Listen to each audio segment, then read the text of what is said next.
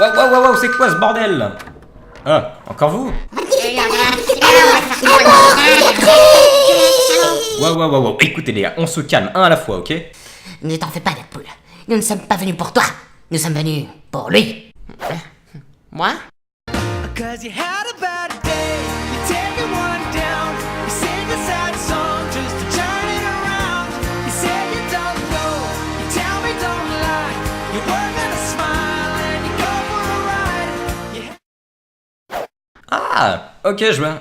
Mais comment t'es rentré dans la baraque, toi? C'est pourquoi? C'est pour les pizzas. Ok, très bien, posez ça là-bas.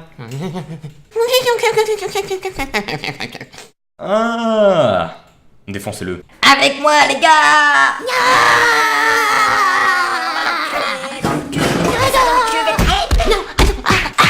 Arrêtez, pas dans le face.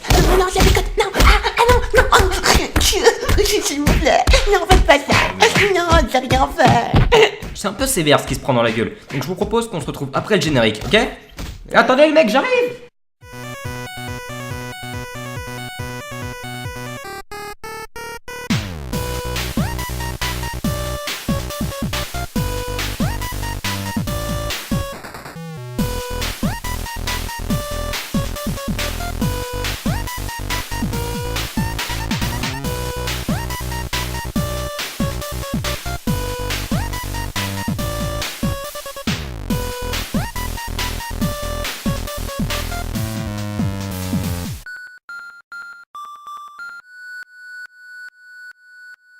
Ah là là, Ben 10, ce dessin animé que tous les enfants nés dans les années 2000 ont déjà vu au moins une fois. Le topo de base était quand même vachement stylé. Un gamin de 10 ans qui avait le pouvoir de se transformer en 10 aliens différents.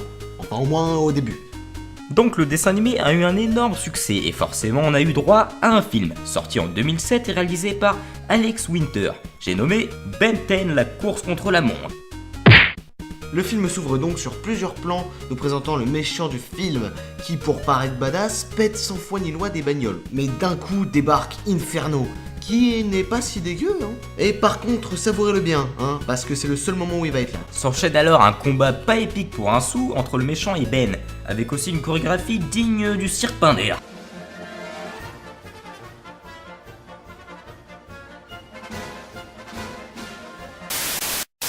Le méchant finit alors brûlé par Inferno et on a droit au petit générique.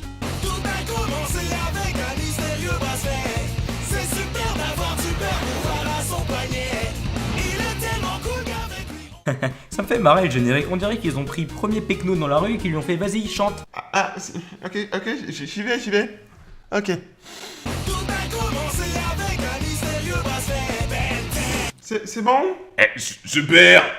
Donc le topo, c'est qu'après avoir passé 2 mois à combattre les aliens dans une caravane avec son grand-père et sa cousine, Ben rentre dans sa ville natale où il doit réapprendre à vivre normalement et à savoir vivre avec ses parents, retourner à l'école et cacher son identité de super-héros. Mais il a forcément du mal à se réintégrer avec ces espèces de sales cons là qui l'emmerdent tout le temps là. C'est à moi que tu parles? Oh, bien envoyé, Cash. Tu lui as cloué le bec. Quoi? À quel moment t'as vu que c'était une punchline ça, sale con va? De son côté, Gwen prend des photos.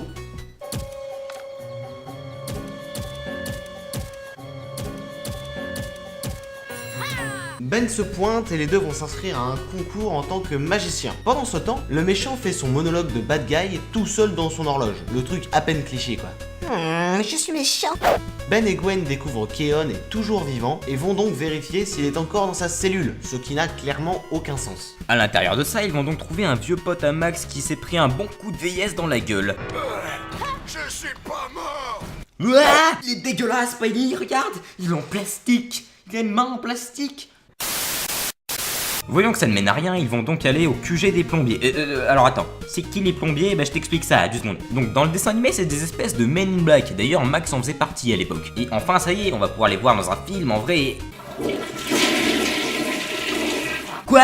Enfin, je veux dire, plombier c'est peut-être un pseudo, mais là c'est littéralement des vrais plombiers. En plus de ça, leur QG est vraiment pourri, c'est des espèces de bâtiments en plastique de merde là. C'est con parce que ça aurait pu donner un truc vraiment badass, le style que genre ils sont infiltrés partout dans la ville, mais là c'est juste naze en fait. Ils vont donc leur parler de l'arme ultime que veut utiliser le grand méchant pour détruire le monde. La main d'Armageddon. Sans déconner les mecs, qui a eu l'idée d'appeler ça une main?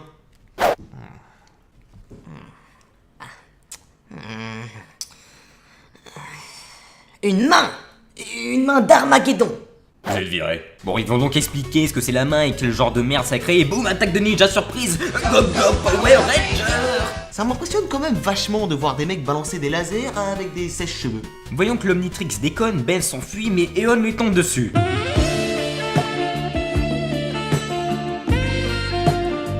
T'es quel genre de méchant toi pour lui caresser le téton là comme ça, c'est le pédophile? Ah, t'es trop avec du pain, les gamins, espèce d'enculé!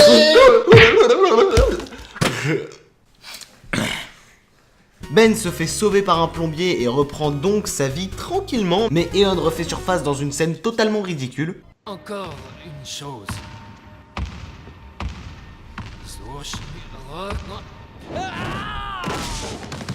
Et c'est au tour d'Incassable de taper son caméo, et profitez-en bien parce qu'il est pas là longtemps lui aussi. Et surtout qu'il finit dans les chiottes.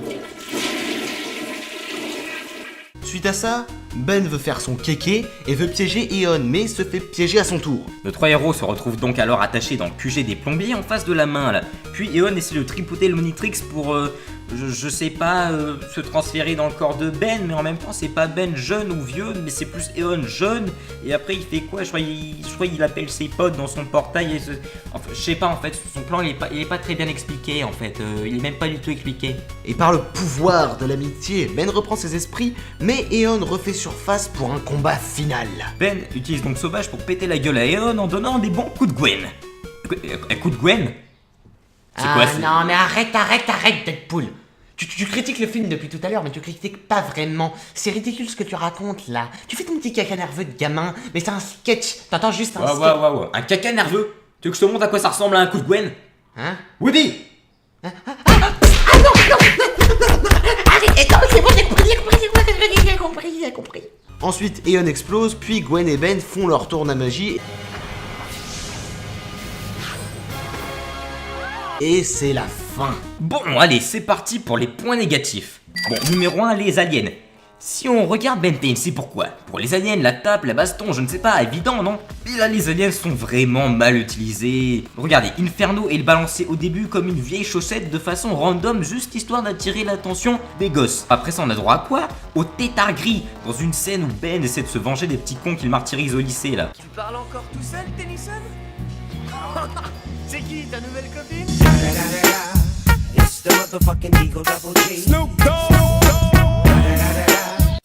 Et à la base, il voulait utiliser qui? Quad devrait faire l'affaire. Quoi? Qu'est-ce que tu comptais faire avec Quad, là? Excusez pour la casse. Je réparais ça. Ah, et puis bon, les deux derniers sont complètement pourris, Incassable qui est réduit au rang de sketch et Sauvage qui est juste là pour conclure le film de façon totalement pourrie. Voilà en fait à quoi sont réduits ces aliens complètement badass à la base. Numéro 2, le méchant. Ce mec là complètement dépourvu de charisme est l'antagoniste du film. Vous savez, Hitchcock a dit un jour, pour réussir un film, il faut savoir réussir le méchant. Voyons donc le plan de ce dernier.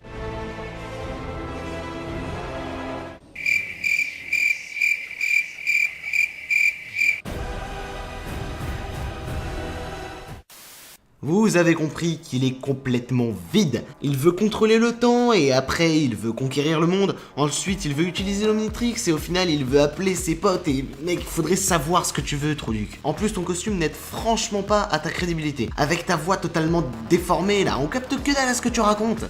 Numéro 3, les incohérences du scénario. Bon, on va aller vite là-dessus parce que j'ai pas envie de traîner. Déjà, Ben, sale petit con là, comment comptais-tu aider les policiers en leur balançant du feu sur la gueule?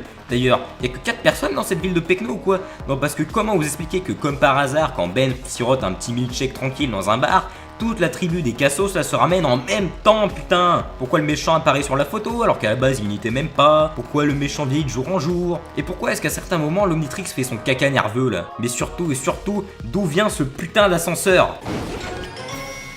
Et comment vous avez fait pour pas le remarquer lui là? Numéro 4, c'est un téléfilm pour gamins. Vous savez, à force de voir ce genre de film, j'ai peur que les gosses se fassent une idée et se disent qu'un scénario bâclé et écrit à la pisse, bah c'est pas grave du moment que ça fait boum boum. Et pire encore, qu'ils aillent se réfugier dans des films de merde comme Fast and Furious ou Transformers, qui sont en gros ce film avec plus de budget. Et c'est loin d'être de la faute de Cartoon Network, parce que être une chaîne de télé n'empêche pas d'écrire de bons scénarios. Regardez Nickelodeon, ils ont réussi à nous pondre un putain de chef-d'œuvre. Bref, en tout cas, sachez que le destin de l'univers vous appelle à partager et à vous abonner à la chaîne aussi. Allez, ciao!